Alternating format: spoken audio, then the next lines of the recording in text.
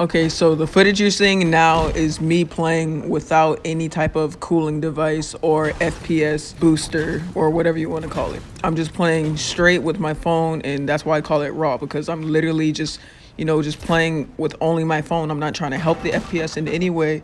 I'm using my normal 3D res and my normal graphics that I always use. I don't change those at all. And I was catching 45 and even drop down to 30 and 25 at sometimes.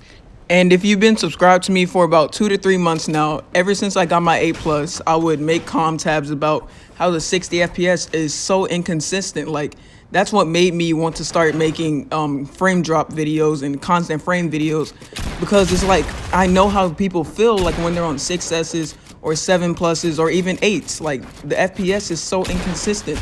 So basically, to sum it up, if you're just playing with your phone, you'll basically be catching around 50 to 25 FPS raw, like without anything attached to your phone, without anything helping boost your FPS.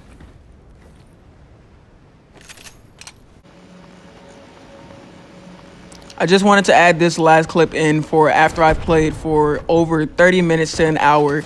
This is how bad the FPS got. I didn't use any cooling device, any FPS boosting method, and I was literally dropping to 10 FPS, 20 FPS, and it was not going over 40. So this is why I recommend these methods I'm about to display. So now that y'all see how the 8+'s FPS looks without me trying to boost it in any shape or form, I got the first method for y'all. The first FPS boosting method isn't really a cooling method. It's actually like a glitch, which I don't really know how it works or why it works. It just does.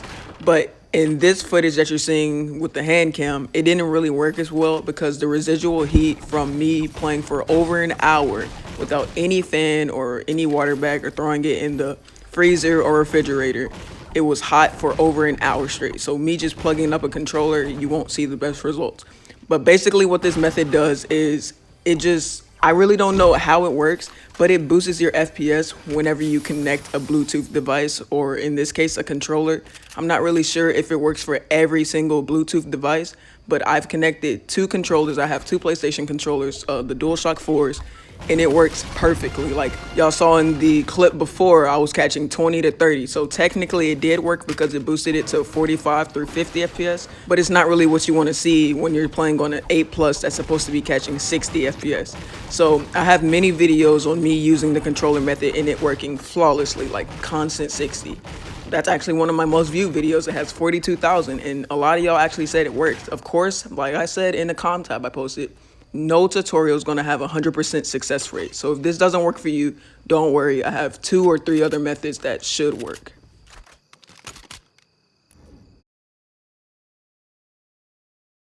So for the second method, as you can see in the hand cam, I'm using a water bag. I would use an ice bag, but I feel like that's too cold of a temperature for your phone to handle. So, I just use some cool water. You could put it in the refrigerator to get it cooler if you're using hot water, or you can just, put cold water in the bag, zip it up, and then basically what you want to do is put it on the back of your phone. Make sure it's on the back because, that's where all the GPU, the CPU, all the hardware is.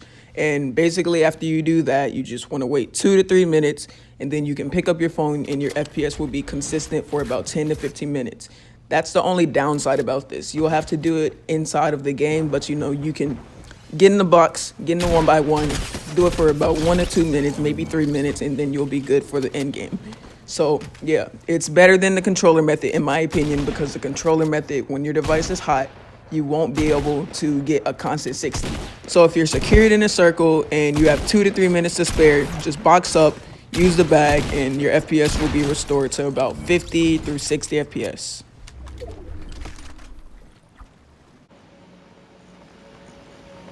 So the third method, and by far the most efficient way to keep your FPS at 60 or a constant 120, is a fan. If you can just invest in a $5 through $10 fan, which mine is $7.99. I got mine off of Amazon, and I was so happy when it came in because my FPS has not dropped since then. I get a constant 60. When I play for like 3 hours, it may drop to 50, but it does not go under 50 while I'm using my fan.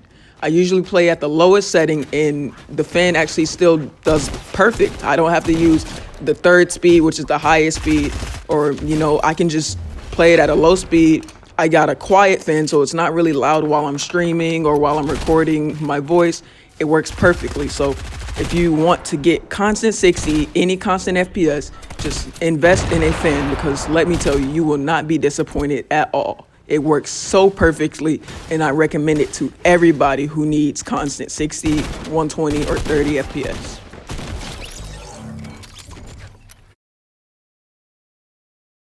So I really hope y'all enjoyed this video. If any of these methods works for you, or if you use any of these already, make sure to leave a comment and, let some people know that this actually works, especially the fan. If any of these methods slightly improve your FPS, just by, that 5 or 10 FPS, leave a comment, let me know. I may try to help you, see if you can maximize to a constant 60, 30, or 120 FPS.